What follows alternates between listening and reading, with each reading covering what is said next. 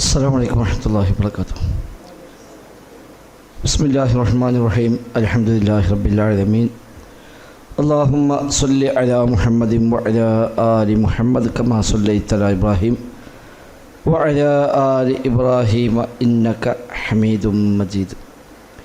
അല്ലാഹുമ്മ ബാരിക് അലാ മുഹമ്മദിൻ വഅലാ ആലി മുഹമ്മദ് കമാ ബാറക്ത അലാ ഇബ്രാഹിം വഅലാ ആലി ഇബ്രാഹിം ഇന്നക ഹമീദും മജീദ്.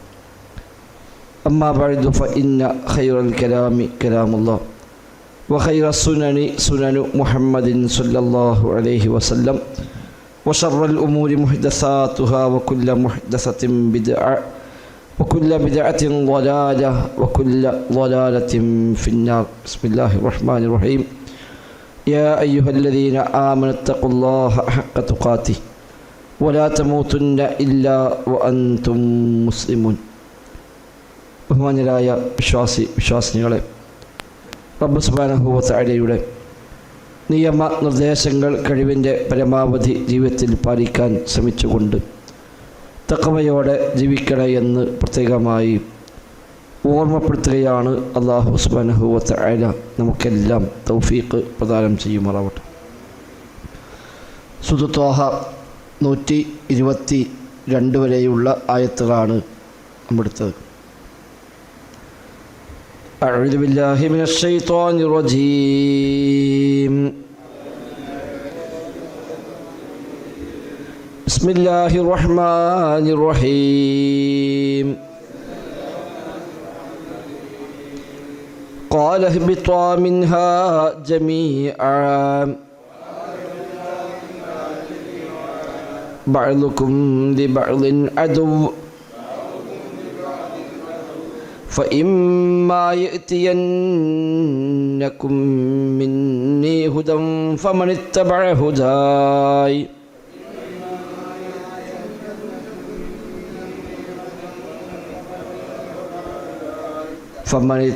هداي فلا يضل ولا يشقى.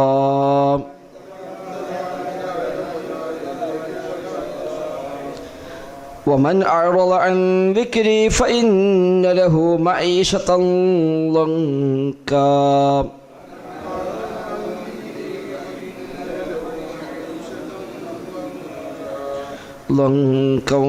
ونحشره يوم القيامة أعمى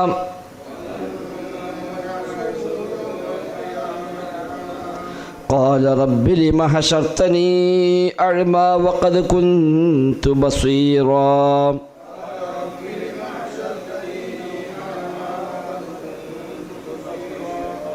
قال كذلك أتتك آياتنا فنسيتها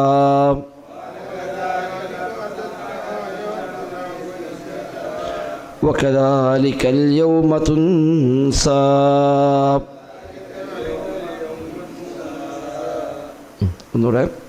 بسم الله الرحمن الرحيم. قال اهبطا منها جميعا بعضكم لبعض عدو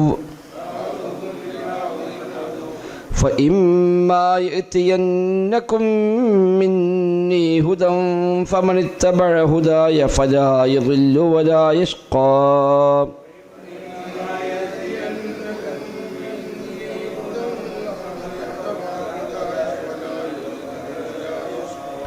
ومن أعرض عن ذكري فإن له معيشة ضنكا ونحشره يوم القيامة أعمى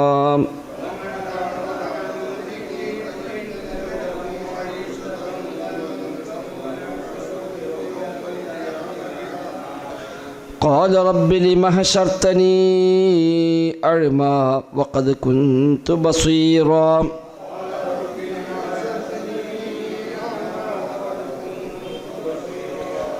قال كذلك أتتك آياتنا فنسيتها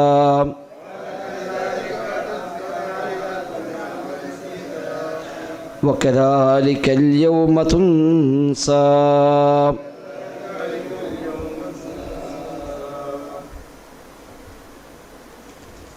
ഇപ്പോൾ കഴിഞ്ഞ ആയത്തുകളിൽ ആദം നബി സ്വല്ലല്ലാഹു അലൈഹി വസല്ലമയെയും ഭാര്യയെയും പിശാച് വസ്വാസുണ്ടാക്കുകയും അങ്ങനെ സ്വർഗത്തിൽ നിന്ന് അവർ പുറത്തു പോകാനത് കാരണമായി തീരുകയും ചെയ്തു എന്ന സംഭവമാണ് പറഞ്ഞത്. വിലക്കപ്പെട്ട ഖനി ഭക്ഷിക്കുവാനായി പിശാച് അവരെ പ്രേരിപ്പിച്ചു. അത് ഷജറത്തുൽ ഖുൽദാണ്, നിത്യവാസത്തിൻ്റെ വൃക്ഷമാണ് എന്ന് പറയുകയും അതേപോലെ ഒരിക്കലും നശിക്കാത്ത ആധിപത്യമാണ്, അധികാരമാണ് അതുവഴി ലഭിക്കുക എന്നൊക്കെ പറയുകയും അവസാനം അവരത് ഭക്ഷിക്കുകയും എന്നാൽ സംഭവിച്ചത് അവിടെ നഗ്നത വെളിവാവുകയും അങ്ങനെ അവസാനം റബ്ബിൻ്റെ കൽപ്പനയ്ക്ക് എതിർ പ്രവർത്തിക്കുക എന്നതുമാണ് അതിലൂടെ സംഭവിച്ചത്. അല്ലാഹു തആല അത് പുറത്തു കൊടുത്തു. ആദം നബി സ്വല്ലല്ലാഹു അലൈഹി വസല്ലമയെ പ്രത്യേകമായി തിരഞ്ഞെടുത്തു, മാർഗദർശനം നൽകി എന്നതൊക്കെ കഴിഞ്ഞ പറഞ്ഞു. സംബന്ധിച്ചബാഹു റബ്ബുഹു ഫതാബ അലൈഹി വഹദാ എന്നതുവരെ നമ്മൾ പറഞ്ഞു. ഇനി അല്ലാഹു തആല ആദം നബി സ്വല്ലല്ലാഹു അലൈഹി വസല്ലമക്ക് നൽകിയ പൊതുവായ ഒരു നിർദ്ദേശമാണ്. ഖാല ഇഹ്ബിത്വാ മിൻഹാ ജമീഅ. ഖാല അല്ലാഹു തആല പറഞ്ഞു, ഇഹ്ബിത്വാ മിൻഹാ ജമീഅ. ഇഹ്ബിത്വാ നിങ്ങൾ രണ്ടുപേരും ഇറങ്ങുക, മിൻഹാ ആ സ്വർഗത്തിൽ നിന്ന്, ജമീഅ എല്ലാവരും നിങ്ങൾ അതിൽ നിന്ന് ഇറങ്ങുക. ഹബത്ത യഹ്ബിത്തു എന്ന് പറഞ്ഞാൽ ഇറങ്ങുക, ലാൻഡ് ചെയ്യുക. അപ്പം ഇന്നത്തെ ആധുനിക ഭാഷയിൽ ഫ്ലൈറ്റൊക്കെ ലാൻഡ് ചെയ്യുന്നതിന് ഹുബൂത്ത് എന്ന് പറയും. ഹുബൂത്ത് ലാൻഡ് ചെയ്യുക എന്നതിന് മുകളിൽ നിന്ന് താഴോട്ട് ഇറങ്ങുന്നതിനാണ് സാധാരണ വാക്ക് ഉപയോഗിക്കുന്നത്. ഹബത്ത എന്ന പദം മുകളിൽ നിന്ന് താഴോട്ട് ഇറങ്ങുന്നതിനാണ് ഹബത്ത എന്ന പദം ഉപയോഗിക്കുക. ഹബത്ത യഹ്ബിത്തു, ഇഹ്ബിത്ത് അതിൻ്റെ ദ്വിവചനമാണ് ഇഹ്ബിത്വാ. ആദം നബിയോടും ഭാര്യയോടും ആയതുകൊണ്ടാണ് ഇഹ്ബിത്വാ നിങ്ങൾ രണ്ടുപേരും ഇറങ്ങുക, മിൻഹ അതിൽ നിന്ന്, ആ സ്വർഗത്തിൽ നിന്ന് രണ്ടുപേരും ഇറങ്ങുക. അഥവാ ഭൂമിയിലേക്ക് ഇറങ്ങുക എന്നർത്ഥം. ഭൂമി താഴെയാണ്, സ്വർഗം മുകളിലാണ്. അപ്പം നിങ്ങൾ ആ സ്വർഗത്തിൽ നിന്ന് ഭൂമിയിലേക്ക് ഇറങ്ങുക. ഇഹ്ബിത്വാ മിൻഹ നിങ്ങൾ രണ്ടുപേരും അതിൽ നിന്ന് ഇറങ്ങുക. ജമീഅൻ എല്ലാവരും എന്ന് പറഞ്ഞ ഭാവിയിൽ മക്കളടക്കം ഇനി അവിടെയാണ് എന്ന സൂചന. അല്ലെങ്കിൽ ഇബ്ലീസ് അടക്കം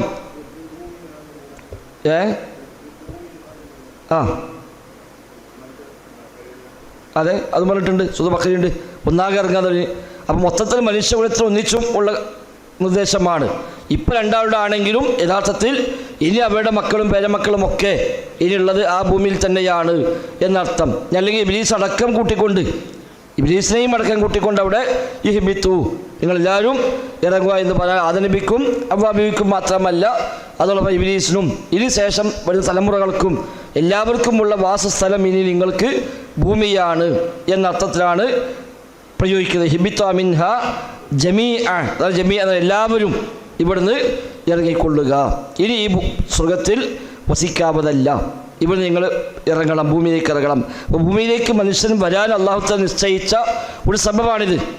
അല്ലാഹു തആല മനുഷ്യനെ സൃഷ്ടിച്ചു, സ്വർഗത്തിൽ താമസിപ്പിച്ചപ്പോൾ തന്നെ എന്നേക്കുമുള്ള താമസമല്ല അന്ന് നൽകിയത്, അത് തൽക്കാലത്തേക്കാണ്. പിന്നീട് ഭൂമിയിലേക്ക് വരാൻ അല്ലാഹു നിശ്ചയിച്ചതാണ്. അതിന് റബ്ബ് വെച്ച ഒരു നിമിത്തം മാത്രമാണ് ഇത്. അല്ല ഇതിൻ്റെ പേരിൽ ഇപ്പം നമ്മൾ ആദം നബി ആക്ഷേപിക്കാനോ ആദം നബി ചെയ്തിട്ടില്ലെങ്കിൽ നമുക്ക് സ്വർഗത്തിൽ കൂടാമായിരുന്നു എന്ന് പറയാനൊന്നും വകുപ്പില്ല. ഇതൊക്കെ ഖദറിൻ്റെ ഭാഗമാണ്. അല്ലാഹു തആല നിശ്ചയിച്ചതാണ് മനുഷ്യന് വാസം ഭൂമിയിലാണ് എന്നതും അമലുകൾ ചെയ്ത് ഈമാൻ സ്വീകരിച്ച് റബ്ബിൻ്റെ തൃപ്തി നേടി അവൻ്റെ ഫദൽ കൊണ്ട് സ്വർഗത്തിലേക്ക് എത്തുക എന്നതാണ് റബ്ബ് നിശ്ചയിച്ചത്. അപ്പോൾ അതിന് അല്ലാഹു നിശ്ചയിച്ച നിമിത്തങ്ങൾ, ആ നിമിത്തങ്ങളുടെ ഭാഗമാണ് ഇത്. അത് ഹദീസ് കാണാം. മൂസാ നബിയും ആദം നബിയും കൂടെ തർക്കിച്ച ഒരു സംഭവം ഹദീസ് പറയുന്നുണ്ട്. ഇഹ്തജ മൂസാ വ ആദം എന്ന് പറഞ്ഞുകൊണ്ട് മൂസാ നബിയും ആദം നബിയും കൂടെ തർക്കിക്കുന്ന രംഗം അല്ലാഹു തആല പറയുന്നുണ്ട്. അവിടെ മൂസാ അലൈഹി സ്വലാം പറയും, നിങ്ങളെ കൊണ്ടാണ് ഞങ്ങളൊക്കെ ഭൂമിക്ക് പോകേണ്ടി വന്നത് എന്ന് മൂസാ നബി സ്വലാം ആദം നബിയോട് പറയുമെന്നാണ്. അപ്പോൾ ആദം നബി സ്വല്ലല്ലാഹു അലൈഹി വസല്ലം ചോദിക്കും, നിങ്ങൾ കയ്യിൽ തൗറാത്തില്ലേ? ഉണ്ട്. ആ തൗറാത്തിൽ പറഞ്ഞിട്ടില്ലേ ഈ സ്വർഗത്തിൽ ഈ സംഭവം സംഭവിക്കണമൊക്കെ അത് പറഞ്ഞിട്ടില്ലേ? ഉണ്ട്. എങ്കിൽ ഇപ്പോൾ റബ്ബ് നിശ്ചയിച്ച ഒരു കാര്യത്തിനെ പറ്റി എന്തിനാണ് എന്നെ നിങ്ങൾ ആക്ഷേപിക്കുന്നത് എന്ന് ആദം നബി സ്വല്ലല്ലാഹു അലൈഹി വസല്ലം തിരിച്ചു ചോദിക്കുമെന്നൊക്കെ ആ ഹദീസിൽ പഠിപ്പിക്കപ്പെടുന്നുണ്ട്. ബുഖാരി മുസ്ലിമൊക്കെ ഉദ്ധരിക്കുന്ന സ്വഹിയായ ഹദീസാണത്. അപ്പം നിങ്ങൾ ഇവിടുന്ന് പോവുക. ഇനി എങ്ങനെയാണ് ബഅ്ദുക്കും ലിബഅ്ദിൻ അദുവ്വ്, ബഅ്ദുക്കും നിങ്ങളിൽ ചിലർ, ലിബഅ്ദിൻ ചിലർക്ക്, അദുവ്വുൻ ശത്രുക്കളാണ്. മനുഷ്യരും ജിന്നുവർഗവും. അതവിടെ ബഅ്ദുക്കും ലിബഅ്ദിൻ എന്നുള്ളത്. ഇപ്പം ഇവിടെ ശത്രുത വന്നു, ആദം നബിയെ പുറത്താക്കാനുള്ള പണി ഇബ്ലീസ് എടുത്തു. ആ ശത്രുത അവസാനിക്കുന്നില്ല, അത് ഇനി തുടർന്നുകൊണ്ടേയിരിക്കുമെന്നർത്ഥം. ഇതിന്മേൽ കഴിഞ്ഞിട്ടില്ലാന്ന്, ഇതോടെ അവസാനിച്ചെന്ന് വിചാരിക്കേണ്ട.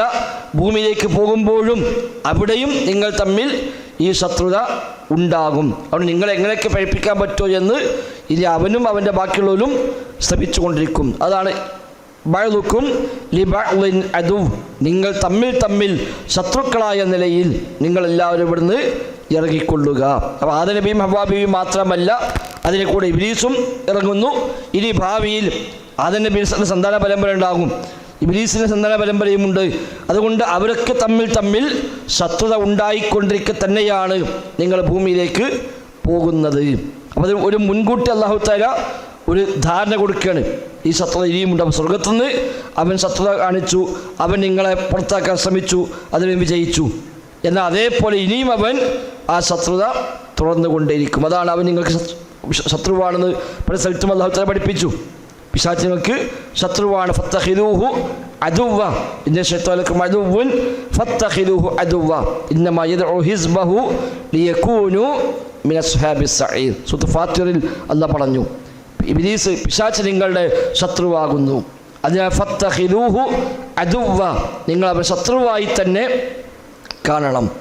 അവൻ ക്ഷണിക്കുന്നത് അവൻ്റെ ആളുകളെ മുഴുവൻ നരകാവകാശികളാക്കാനാണ് അവൻ ക്ഷണിച്ചു കൊണ്ടിരിക്കുന്നത് എന്ന് റബ്ബ് അവിടെ താക്കീത് ചെയ്യുന്നുണ്ട്. ഒരുപാട് സ്ഥലത്ത് അദുവ്വുൻ മുബീൻ, വ്യക്തമായ ശത്രുവാകുന്നു അവൻ എന്ന് പറഞ്ഞിട്ടുണ്ട്.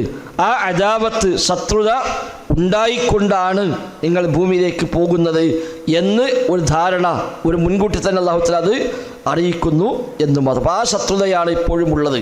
മനുഷ്യനെ എങ്ങനെയൊക്കെ നന്മയിൽ മുടക്കാൻ പറ്റുമോ അതൊക്കെ പിശാച് ശ്രമിക്കും.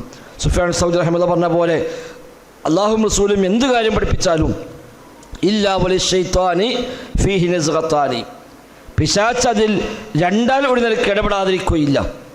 ഒന്നുകിൽ ഇമ്മാ ബി സിയാദ വ ഇമ്മാ ബി തഖ്സീർ, ഒന്നുകിൽ അതിൽ കൂട്ടിച്ചേർക്കുക വഴി, അല്ലെങ്കിൽ അതിൽ നിന്ന് എടുത്തൊഴിവാക്കുക വഴി. രണ്ടാൽ ഒരു നിലയ്ക്ക് പിശാച് അതിൽ ശ്രമിക്കുന്നതാണ്. ആ പറഞ്ഞോട്ട് നിൽക്കാൻ സമ്മതിക്കൂല. ഒന്നുകിൽ പറഞ്ഞതിനേക്കാൾ ഏറെ ചെയ്യാൻ കൽപ്പിക്കും. ഇബ്നു ഖയ്യിം റഹിമഹുല്ലാഹ് അദ്ദേഹത്തിൻ്റെ ഇഗാസത്തുൽ ലഹ്ഫാൻ എന്ന ഗ്രന്ഥമുണ്ട് ഈ വിഷയത്തിൽ മാത്രം. ഇഗാസത്തുൽ ലഹ്ഫാൻ ഫി മസാഇദി ശൈത്വാൻ എന്ന പേര്, പിശാചിൻ്റെ വലക്കടികളിൽ കിടന്ന് ഉയരുന്നവനെ സഹായിക്കുക എന്നാണ് ആ കിതാബിൻ്റെ പേര്. അപ്പോൾ അത് അദ്ദേഹം പറയുന്നുണ്ട്, ആളുകളെ മനസ്സ് രണ്ട് രൂപത്തിലാണ്. ചില ആളുകൾക്ക് നന്മകൾ സ്വീകരിക്കാനുള്ള മനസ്സാകും കൂടുതലുണ്ടാവുക, നന്മ ചെയ്യണം, നല്ല നന്മയ്ക്ക് വരണം എന്ന മനസ്സ്. ചിലർക്ക് ഇതൊക്കെ കഴിയില്ല, ഒക്കെ ഒരു മടുപ്പാണ് എന്ന മനസ്സുണ്ടാവുക. ഈ രണ്ട് മനസ്സിനെയും പിശാച് ഉപയോഗപ്പെടുത്തുന്നു. നന്മ ചെയ്യാനുള്ള മനസ്സാണെങ്കിൽ ആ വഴിയിൽ ശൈത്താൻ അവനെ പിടികൂടുന്നതാണ്. അതാണ് സുഫിയാൻ സൗരി പറഞ്ഞത് എന്ന് പറഞ്ഞുകൊണ്ട് ഇബ്നു ഖയ്യിം അത് ഉദ്ധരിച്ചുകൊണ്ട് വിശദീകരിക്കുന്നുണ്ട്. അഥവാ നന്മ ചെയ്യാനുള്ള താല്പര്യമാണെങ്കിൽ ഒരാവേശം കൂട്ടിക്കൊടുക്കും. ആ ആവേശം കൂടുമ്പോൾ അല്ലാഹുവും റസൂലും പഠിപ്പിച്ച നന്മകൾ മതിയാവുകയില്ല. അപ്പം പിന്നെ അതിനപ്പുറത്തേക്ക് പോകും. അതൊന്നും അവന് തൃപ്തിയാവില്ല. ഇതൊന്നും നിസ്കരിച്ചാൽ തൃപ്തിയാവില്ല. അപ്പം ഇല്ലാത്ത നിസ്കാരം ഉണ്ടാക്കും, ഇല്ലാത്ത നോമ്പുണ്ടാക്കും, ഇല്ലാത്ത ദിക്റുണ്ടാക്കും. അങ്ങനെ പുതിയ പുതിയ പുതിയ ഇബാദത്തുകൾ ഉണ്ടാക്കി അയിമിങ്ങനെ ആവേശം കൊടുത്ത് പിന്നെ ആ അയിമ ആവേശം കിട്ടുമ്പോൾ മറ്റത് കുറയും, ഉള്ളത് കുറയും, ഇല്ലാത്തമ കൂടും. അങ്ങനെ പിന്നെ പറ്റങ്ങോട്ട് ആ വഴിക്ക് അവന് പോകും. അല്ലെങ്കിൽ ബി തഖ്സീർ, കമ്മി വരുത്തുക. ഇതൊന്നും കഴിയാത്ത ആളുകളുണ്ടാവും, ഇതൊക്കെ അപ്പോൾ കഴിയോ, ഇതൊക്കെ മനുഷ്യനെ കൊണ്ട് പറ്റുമോ എന്ന് ഓനെങ്ങനെ പിന്നേക്ക് കൊണ്ടുപോയി അവസാനം മതം തന്നെ വേണ്ട എന്നിടത്തേക്ക് അവനെ എത്തിക്കും. ഇബ്നു ഖയ്യിം പറയുന്നത്, ആദ്യം ഒരു ഹദീസ് അല്ലെങ്കിൽ ഒരു ആയത്ത് അവൻ തള്ളും, പിന്നെ അങ്ങനെ അതിന് പിറകോട്ട് പോയി അവസാനം ഈ മതം തന്നെ ശരിയല്ല എന്നിടത്തേക്ക് അവനെ കൊണ്ടെത്തിക്കും. ആ പറഞ്ഞോടത്ത് നിൽക്കുക എന്നുള്ളത് വളരെ അല്ലാഹുവിൻ്റെ തൗഫീഖ് കിട്ടിയവർക്ക് മാത്രമാണ് സാധിക്കുക എന്നാണ്. അദ്ദേഹം പ്രയോഗം കാണാം. ഈ അൽ ജമാഅത്ത് എന്നല്ലോ, അൽ ജമാഅത്ത് രക്ഷപ്പെടുന്ന കക്ഷി അൽ ജമാഅത്താണ്. 72 സംഘമായും 73 മാറുമ്പോൾ 72 അതിൽ പഴച്ചവരും ഒന്ന് അൽ ജമാഅത്തുമാണ്. ഇബ്നു ഖയ്യിം പറഞ്ഞ പ്രയോഗം കാണാം, ജുംഹൂറുൽ ജമാഅത്തി ഫാറഖുൽ ജമാഅ എന്നാണ്. ജുംഹൂറുൽ ജമാഅ, അൽ ജമാഅത്തിലെ ഭൂരിപക്ഷം, ഫാറഖുൽ ജമാഅ ഓടുന്ന അൽ ജമാഅത്ത് വിട്ടുപോയിരിക്കുന്നു. അൽ ജമാഅയിൽ തന്നെയുള്ള ഭൂരിപക്ഷം അൽ ജമാഅയിലില്ല, ഇവിടെ അതും ഒഴിവാക്കി പോയിരിക്കുന്നു എന്ന് അദ്ദേഹം നടത്തിയ പ്രയോഗം വരെ അവിടെ കാണാം. ഇതിന് അദ്ദേഹം ഒരുപാട് ഉദാഹരണം വെച്ചുകൊണ്ട് പറയുന്നുണ്ട്. ഈ സിയാദത്തും തഖ്സീറും സമൂഹത്തിൽ സംഭവിച്ചത്. എല്ലാ രംഗത്തും ഏത് രംഗത്തെടുത്താലും അവിടെയൊക്കെ ഒന്നുകിൽ സിയാദത്ത് അല്ലെങ്കിൽ തഖ്സീർ. ഉള്ളയിടത്ത് നിൽക്കുക എന്നുള്ളത് വളരെ വളരെ കുറഞ്ഞ ആളുകൾക്ക് മാത്രം അള്ളാഹുവിന്റെ തൗഫീഖ് കൊണ്ട് മാത്രം കിട്ടുന്ന ഒന്നാണ് എന്ന് പറഞ്ഞുകൊണ്ട് അദ്ദേഹം അത് വിശദീകരിക്കുന്നത് കാണാൻ കഴിയും. അതേപോലെ ഇബ്നുൽ ജൗസിയുടെ തൽബീസ് ഇബ്ലീസ് എന്ന ഗ്രന്ഥം, തൽബീസു ഇബ്ലീസ്, ഇബ്ലീസിൻ്റെ ആശയക്കുഴപ്പങ്ങൾ എന്ന പേര് അദ്ദേഹം എഴുതിയ ഗ്രന്ഥമുണ്ട്, തൽബീസു ഇബ്ലീസ്. അദ്ദേഹം അതിൽ ഓരോ ടൈപ്പ് ആളുകളെയും പിശാച് എങ്ങനെയാണ് പഴിപ്പിക്കുക എന്നുള്ള ആ കിതാബിൻ്റെ ആകത്തുക. പണ്ഡിതന്മാർ എങ്ങനെ പഴിപ്പിക്കുക, ഇബാദത്തിൽ മുഴുകിയവർ എങ്ങനെയാണ് പഴിപ്പിക്കുക, മതവിദ്യാർത്ഥികൾ എങ്ങനെയാണ് പഴിപ്പിക്കുക, അതുപോലെ പിന്നെ പണക്കാരെങ്ങനെയാണ് പഴിപ്പിക്കുക തുടങ്ങി ഓരോ വിഭാഗം ആളുകളെയും അദ്ദേഹം പ്രത്യേകം എടുത്തു പറഞ്ഞുകൊണ്ട് അവരൊക്കെ എങ്ങനെയാണ് ശൈത്താൻ പഴിപ്പിക്കുക എന്നാണ് അദ്ദേഹം അതിൽ പഠിപ്പിക്കുന്നത്. സ്വഹാബിമാരും താബിഈങ്ങളെയും തബിഉ താബിഈകളെയും എല്ലാം ധാരാളം ഉദ്ധരണികളെ പറഞ്ഞുകൊണ്ടാണ് അദ്ദേഹം ആ ഗ്രന്ഥം രചിച്ചിട്ടുള്ളത്. അപ്പോൾ ഇവിടെ അവന് ശത്രുത ഉണ്ടാകും, അത് അല്ലാഹ് പറഞ്ഞാണ് ബഅ്ലുക്കും ലിബഅ്ലിൻ അദുവ്. അതുകൊണ്ട് എന്ത് ചെയ്യുമ്പോഴും ആ ശത്രുത അവൻ അവിടെ പ്രകടിപ്പിക്കാൻ ശ്രമിക്കും. മാത്രമല്ല ഇമാം ഖുർത്തുബിക്ക് പറയുന്നത് കാണാൻ പറ്റില്ല. അതേപോലെ ഇബ്നു ഖയ്യിമിൻ്റെ ഇഗാത്തുൽ ഇഹ്ഫാലിലുണ്ട്, ഒരു സംഘം ആളുകൾ ഹജ്ജിനോ ഉംറയ്ക്കോ മക്കയിലേക്ക് പോവുകയാണെങ്കിൽ അതേ എണ്ണം ആളുകളുടെ ടീമിനെ ശൈത്താൻ ഓലൊപ്പം പറഞ്ഞേക്കുന്നതാണ്. ഒരു ഗ്രൂപ്പിൽ 100 ആൾ പോവുകയാണെങ്കിൽ ഒരു 100 ആളെ ഗ്രൂപ്പ് ശൈത്താനും വിടും ഒപ്പം. പല ഓരോരുത്തർക്കും ഓരോ വളണ്ടിയർ അതിനു വേണ്ടി പ്രത്യേകം ടീമാക്കി ഓരോപ്പം പറഞ്ഞേക്കുമെന്ന് വരെ ഇബ്നു ഖയ്യിം റഹിമഹുല്ലാഹ് എടുത്തു പറയുന്നുണ്ട്. ബഅ്ലുക്കും ലിബഅ്ലിൻ അദുവ്, നിങ്ങൾ തമ്മിൽ ശത്രുക്കളാകുന്നു. ബഅ്ലുക്കും ലിബഅ്ലിൻ അദുവ്, നിങ്ങൾ തമ്മിൽ ശത്രുക്കളാകുന്നു. ആ നിലയ്ക്ക് നിങ്ങൾ പോവുക. എന്നാൽ ഫഇമ്മാ യഅ്തിയന്നകും മിന്നീ ഹുദാ, ഫഇമ്മാ യഅ്തിയന്നകും, നിങ്ങൾക്ക് വരുന്ന പക്ഷം മിന്നി, എന്നിൽ നിന്ന് ഹുദ സന്മാർഗം, മാർഗദർശനം എന്നിൽ നിങ്ങൾക്ക് വരും. അങ്ങനെ വരുമ്പോൾ ഫമനിത്തബഅ ഹുദായ, എൻ്റെ ഹുദയെ ആരാണോ പിന്തുടരുന്നത് എങ്കിൽ ഫലാ യളില്ലു വലാ യഷ്ഖാ, അവൻ വഴിപിഴക്കുകയില്ല, അവൻ പരാജയപ്പെടുകയുമില്ല. ഇനി അതാണ് വഴി. ഭൂമിക്ക് പോയിക്കൊള്ളുക, ശൈത്താനും കൂടെയുണ്ട്. ഈ ശത്രുത ഇവിടുന്ന് ആരംഭിച്ചു, അതിനി എന്നുമെന്നും കൂടെയുണ്ടാകും. അതുകൊണ്ട് നിങ്ങൾ പോവുക, നിങ്ങൾക്ക് എൻ്റെ ഭാഗത്ത് നിന്ന് ഹുദ വരും, മാർഗദർശനം വരും. ഏതാ സ്വീകരിക്കേണ്ടത്, എന്താ ചെയ്യേണ്ടത് എന്ന കൃത്യമായ നിർദ്ദേശം നൽകിക്കൊണ്ടിരിക്കും. ആ ഹുദയെ ആരാണോ പിൻപറ്റുന്നത് അവൻ വഴിപിഴക്കുകയില്ല. അത് റബ്ബ് പാലിച്ചു. അല്ലാഹ് ഓരോ കാലത്തും പ്രവാചകന്മാരെ നിയോഗിച്ചു. ആ ഹുദ കൃത്യമായി അല്ലാഹ് പറഞ്ഞു കൊടുത്തു, വഹീ നൽകി. ഇവിടെ പ്രവാചകന്മാരെ പറഞ്ഞയച്ചു, അവർക്ക് മുഅ്ജിസത്ത് നൽകി, വേദഗ്രന്ഥങ്ങൾ നൽകി. എന്നും അത് ഉപദേശിക്കാനും പറയാനും പറ്റാവുന്ന സംവിധാനങ്ങൾ അല്ലാഹു തആല നിലനിർത്തി. അതൊക്കെ ഹുദയാണ്. ആ ഹുദയെ ആര് പിൻപറ്റുന്നുവോ ഫമനിത്തബഅ ഹുദായ, എൻ്റെ ഹുദ, ഞാൻ നൽകുന്ന ഹുദ, ഞാൻ നൽകുന്ന മാർഗദർശനം, അതിനെ ആര് പിൻപറ്റുന്നുവോ എങ്കിൽ ഫലാ യളില്ലു, അവൻ വഴിപിഴക്കുകയില്ല. വല്ല യളില്ലു, വഴിപിഴക്കുകയില്ല. വലാ യഷ്ഖാ, ശഖിയ യഷ്ഖാ, പരാജയപ്പെടുക, ദൗർഭാഗ്യവാനാവുക. ഫലാ യഷ്ഖാ, അവൻ പരാജയപ്പെടുകയുമില്ല, ദൗർഭാഗ്യവാനായി മാറുകയുമില്ല. രക്ഷപ്പെടാനുള്ള ഏക വഴി ഇത്തിബാഉൽ ഹുദ, അള്ളാഹു ഇറക്കിയ ഹുദ ഏതാണോ ആ ഹുദയെ പിന്തുടരുക. ഈ ഉമ്മത്തിലാകുമ്പോൾ അത് ഖുർആനും ഹദീസുമാണ്. ഈ ഉമ്മത്തിന് അല്ലാഹു കൊടുത്ത ഹുദ വിശുദ്ധ ഖുർആനും പ്രവാചക വചനങ്ങളും, അൽ വഹ്യാനി അശ്ശരീഫാനി, മഹത്വമേറിയ 2 വഹ്യുകൾ, അതാണ് ഈ ഉമ്മത്തിനുള്ള ഹുദ. അതിലാണ് ഹുദ കിട്ടുക. അതുകൊണ്ട് അതിനെ പിൻപറ്റുക, ഇത്തിബാഅ്, അതിനെ പിൻപറ്റുക. ഖുർആനും ഹദീസിലും എന്താണോ പഠിപ്പിച്ചത് അത് സ്വീകരിക്കുക, അതില്ലേ അത് ഒഴിവാക്കുക. അതാണ് രക്ഷക്കുള്ള മാർഗം. എന്നാൽ തിരിച്ചാണെങ്കിലോ വമൻ അഅറള അൻ ദിക്രി, വമൻ അഅറള, ആരെങ്കിലും പിന്തിരിയുന്നുവെങ്കിൽ, അവഗണിക്കുന്നുവെങ്കിൽ, അഅറള, അവഗണിച്ചു, പിന്മാറി, പിന്തിരിഞ്ഞു, അഅറള. വമൻ അഅറള, ആര് തിരിഞ്ഞു കളയുന്നുവോ, അൻ ദിക്രി, എൻ്റെ ഉത്ബോധനത്തിൽ നിന്ന്, സ്മരണയിൽ നിന്ന്, ഞാൻ ഇറക്കിയ ദിക്ർ, ഈ ഹുദയാകുന്ന ദിക്ർ, ഈ ഉത്ബോധനം, അതിൽ നിന്ന് ആരാണോ പിന്തിരിഞ്ഞു പോകുന്നത് എങ്കിൽ ഫഇന്ന ലഹു മഈശതൻ ദൻകാ, ഫഇന്ന ലഹു, തീർച്ചയായും അവനുണ്ട്, മഈശതൻ, ജീവിതമുണ്ട്. ഇടുങ്ങിയ പ്രയാസമായ കുടുസായ ജീവിതമാണ് അവന് ഉണ്ടാവുക. ഫഇന്നലഹു മഈശതൻ ലൻക. മഈശത്ത് സാധാരണ ഉപയോഗിക്കുന്ന വാക്കാണ് മഈശത്ത്.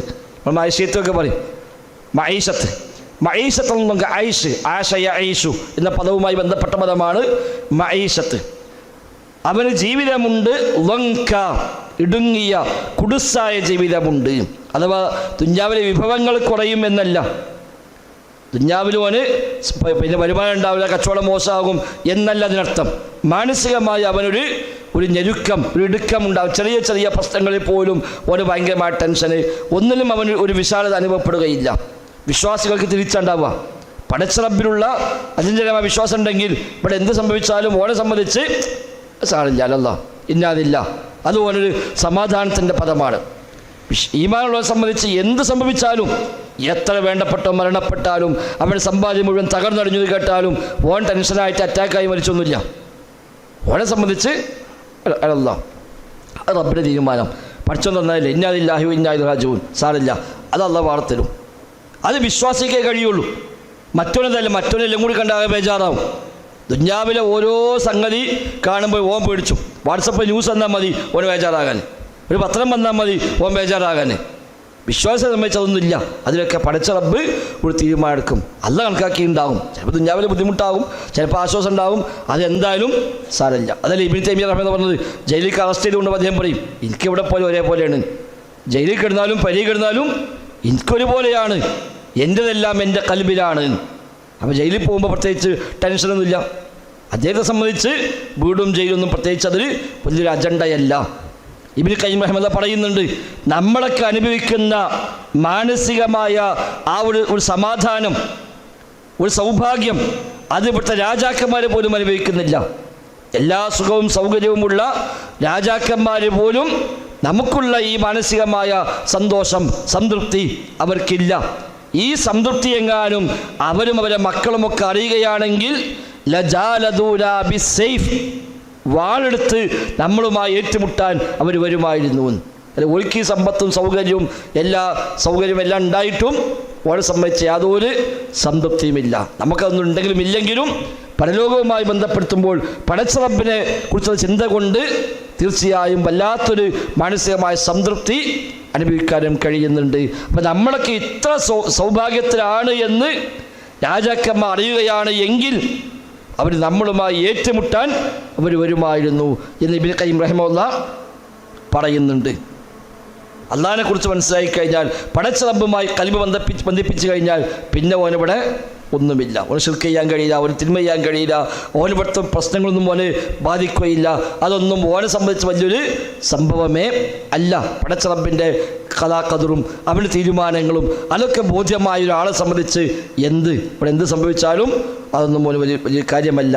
അതാണ് അല്ലാത്തവന് ഫഇന്നലഹു മഈശതൻ ലൻക, കുടുസായ ജീവിതമുണ്ടാകും എന്ന് എല്ലാത്തിനും ഓന് ടെൻഷനായിരിക്കും. ചെറിയ നഷ്ടം വരുമ്പോഴേക്ക് ഓനാകെ ടെൻഷനായി, പിന്നെ ഓർക്കില്ല, ഒരു ഭക്ഷണം കഴിക്കാൻ വയ്യ, ഓനാകെ തിരിഞ്ഞും വന്നും കിടന്ന് ഇടങ്ങാറായി, എല്ലാവരും ദേഷ്യം, ഓന് വല്ലാത്തൊരവസ്ഥയ്ക്ക് ഉണ്ടാവുക.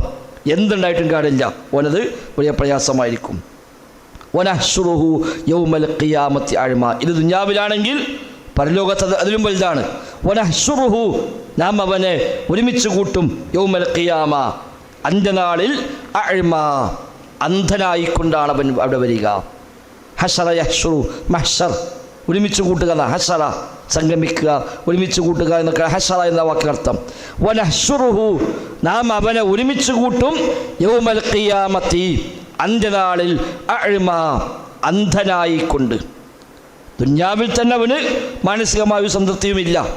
പരലോകത്ത് വരുമ്പോഴോ അവൻ അന്ധത ബാധിച്ചുകൊണ്ടാണ് വരിക, കണ്ണുണ്ടാവില്ല. ഖാല, അവൻ ചോദിക്കും, റബ്ബി, എൻ്റെ രക്ഷിതാവേ, ലിമ ഹശർതനി അഅ്മാ, ലിമ ഹശർതനി, നീ എന്തിനാണ് എന്നെ ഇങ്ങനെ ഒരുമിച്ച് കൂട്ടിയത്? അഅ്മാ, അന്ധനായിക്കൊണ്ട് എന്തിനാണ് ഒരുമിച്ച് കൂട്ടിയത്? വഖദ് കുന്തു ബസീറ, വഖദ് കുന്തു, ഞാനായിരുന്നുവല്ലോ, ബസീറ, കാഴ്ചയുള്ളവനായിരുന്നുവല്ലോ, ദുനിയാവിൽ ഞാൻ അന്ധനല്ല, കണ്ണുണ്ടായിരുന്നു. പിന്നെ എന്തേ റബ്ബേ എനിക്ക് ഇവിടെ മഹ്ശറിൽ കണ്ണ് കാണാത്ത അവസ്ഥ ഉണ്ടായത്? എന്തേ ഞാൻ അന്ധനായിക്കൊണ്ട് ഇവിടെ നീ എന്നെ കൊണ്ടുവന്നത് എന്നവൻ ചോദിക്കുമ്പോൾ ഖാല, അല്ലാഹു തആല പറയുന്നു, കദാലിക്, അങ്ങനെ തന്നെയാണ് കാര്യം. അങ്ങനത്തെ ശരിയാണ്, നീ പറഞ്ഞ ശരി, ദുനിയാവെന്ന് കണ്ണുണ്ടായിരുന്നു, കാര്യം അങ്ങനെ തന്നെയാണ്. പക്ഷേ ദുനിയാവെന്ന് ആ കണ്ണ് നീ ഉപയോഗിച്ചിട്ടില്ല, കാണേണ്ടത് നീ കണ്ടിട്ടില്ല. അത്തത്ക ആയാതുന, അത്തത്ക നിനക്ക് വന്നു, ആയാതുന നമ്മുടെ ആയത്തുകൾ, നമ്മുടെ ദൃഷ്ടാന്തങ്ങൾ, വചനങ്ങൾ നിനക്ക് വന്നു. ഫനസീതഹ, പക്ഷെ നീ അത് മറന്നു കളഞ്ഞു. നസിയ, മറക്കെ നമ്മൾ പഠിച്ച വാക്കാണ്. നിനക്ക് നമ്മുടെ ആയത്തുകൾ വന്നു. ഫനസീത, നസിയ നസിയ നസിയു എന്നത് നസീത, നീ മറന്നു. ഹ അതിനെ, ഫനസീതഹ അപ്പോൾ നീ അതിനെ മറന്നു കളഞ്ഞു. വകദാലിക അതേ പ്രകാരം, അൽയൗം ഇന്ന്, തുൻസ നീയും മറക്കപ്പെടും, നിന്റെ കാര്യവും മറക്കുകയാണ്. ദുനിയാവെന്ന് നീ എന്നെ മറന്നല്ലോ, അവിടെ ഇന്ന് നിന്നെ ഞാനും മറന്നു കളയുന്നു. എൻ്റെ ആയത്തുകൾ വന്നപ്പോൾ അത് കാണാൻ കണ്ണുണ്ടായില്ല, അതിനെനിക്ക് ശ്രദ്ധയുണ്ടായില്ല, അത് നീ ഓർത്തില്ല, നീ അതൊക്കെ മറന്നു കളഞ്ഞു. അവിടെ അത് കാണുക, അത് കേൾക്കുക എന്നത് പ്രധാനമാണ്. അതിന് ഒരാൾ കാത് കൊടുത്തില്ല എങ്കിൽ, അതിനൊരാൾ പിന്നെ കണ്ണ് തുറന്ന് കണ്ടില്ല എങ്കിൽ ദുനിയാവിനും നഷ്ടമുണ്ട്, പരലോകത്ത് അതിലും വലിയ നഷ്ടമുണ്ട്. അള്ളാഹു നമുക്കെല്ലാം സ്വർഗം നൽകി അനുഗ്രഹിക്കുമാറാവട്ടെ.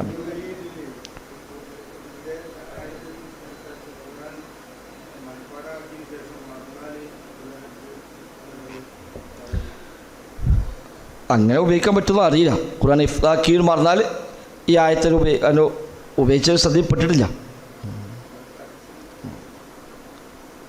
ആ ഒരു ആശയം അതല്ല, ഞാൻ അതിന് കൂടി ഇതിൽ ഒരു വ്യാപകാർത്ഥം പരിഗണിച്ചുകൊണ്ട് മുഫസ്സിറുകളൊക്കെ പറഞ്ഞിട്ടുകൂടി കാണുന്നില്ല. അങ്ങനെ ഇഫ്താക്കി മറന്നാൽ ഇതുണ്ടെന്നൊന്നും പറഞ്ഞത് കാണുന്നില്ല. അല്ലാഹു അഅലം.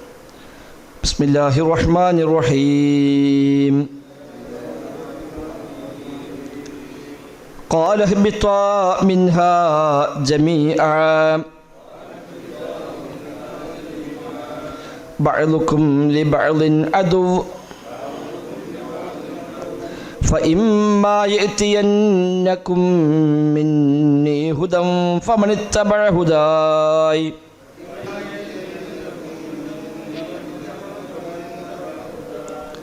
فمن اتبع هداي فلا يضل ولا يشقى ومن أعرض عن ذكري فإن له معيشة ضنكا ونحشره يوم القيامة أعمى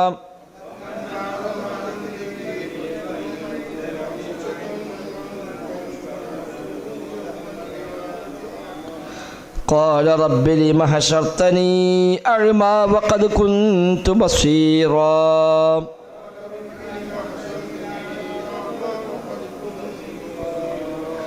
قال كذلك أتتك آياتنا فنسيتها